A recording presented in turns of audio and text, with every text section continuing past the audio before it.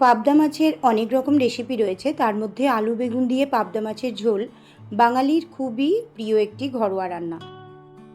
নরম পাবদা মাছ আলু বেগুন আর হালকা মশলার মিশ্রণে হয়ে ওঠে দারুণ সুস্বাদু, আর ভাতের সঙ্গে একেবারে জমে যায়।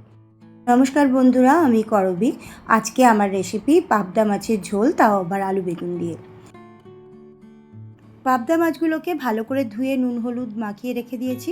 এবার কড়াই গরম করে সর্ষের তেল যখন খুব গরম হয়ে যাবে তখন এক এক করে পাবদা মাছগুলোকে দিয়ে দিতে হবে। খুব নরম মাছ যেহেতু বেশিক্ষণ ভাজার প্রয়োজন নেই, আর বেশি নাড়াচাড়া করারও দরকার নেই, এর জন্য কিন্তু ভেঙে যেতে পারে। তো হালকা করে এপিটোপিট ভেজে নিয়েই কিন্তু আমি তুলে রেখে দিচ্ছি। এরপর কড়াইয়ে ওই যে তেলটুকু বেঁচে আছে ওই তেলেই আমি যে সবজিগুলো দেব সেগুলো ভেজে নেব। তার মধ্যে বেগুনটা প্রথমেই আমি ভেজে নিচ্ছি। বেগুনগুলোকে লাল লাল করে ভেজে নিতে হবে। আপনারা চাইলে নুন হলুদ আগে থেকে মাখিয়ে রাখতে পারেন। লাল লাল করে বেগুনগুলোকে ভেজে আমি এখানে তুলে রাখছি। এরপর ওই যে তেলটুকু আছে তার মধ্যেই দিয়ে দিচ্ছি কালো জিরে হাফ টিস্পুন আর 2-3টে কাঁচা লঙ্কা। এগুলো হালকা ভাজা ভাজা হয়ে গেলে দিয়ে দেবো তেজপাতা। ফোড়নটা ভালো করে ভাজা ভাজা হয়ে গেলে, খুব মিষ্টি একটা গন্ধ বেরিয়ে এলে দিয়ে দেবো আমি 1 টিস্পুন মতো হলুদ। হলুদটাকে তেলেতে খুব ভালো করে ভেজে নিতে হবে, তাহলে কালারটা খুব ভালো আসবে। আর এরপর আমি দিয়ে দেবো আলু আর বাকি সবজির মধ্যে যে ঝিঙেটা বাকি আছে সেইটা। আলু আর ঝিঙেটা এই পর্যায়ে অ্যাড করে দিলাম। এবার একটু লালচে লালচে করে ভেজে নেব। যখন লালচে লালচে করে ভাজা হয়ে যাবে তখন দিয়ে দেবো আদা কাঁচা লঙ্কা বাটা। এটা দিয়ে ভালো করে একটু আদার কাঁচা গন্ধটা বেরোনো অবধি কষিয়ে নিতে হবে। তারপরে কাশ্মীরি রেড চিলি পাউডার, জিরে পাউডার আর ধনে পাউডার অ্যাড করে দেবো। এবার অল্প একটু জল দিয়ে মশলাটার সঙ্গে সবজিগুলোকে ভালো করে কষিয়ে নেব।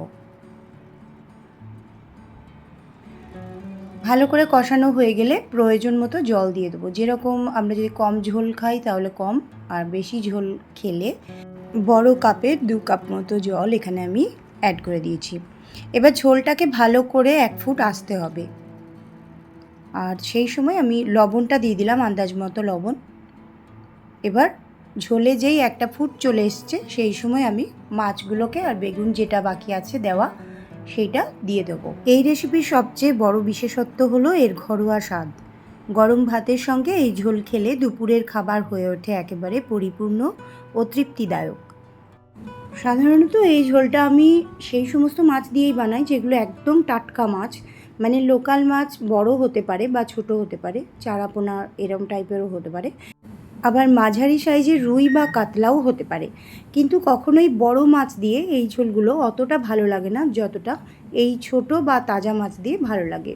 তাই অনুরোধ জানাচ্ছি এই রেসিপিটি ফলো করে যদি একবারও অন্তত তাজা মাছের ঝোল বানিয়ে খান তাহলে কিন্তু গ্রীষ্মের যে দুপুর একদম মানে দুর্দান্ত জমে যাবে।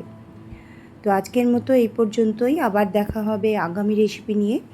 আমার চ্যানেলের অন্যান্য রেসিপি যদি ভালো লাগে তাহলে ফেসবুক বা হোয়াটসঅ্যাপে ফ্রেন্ডস অথবা ফ্যামিলির সঙ্গে শেয়ার করতে পারেন। অনেক শুভেচ্ছা রইল।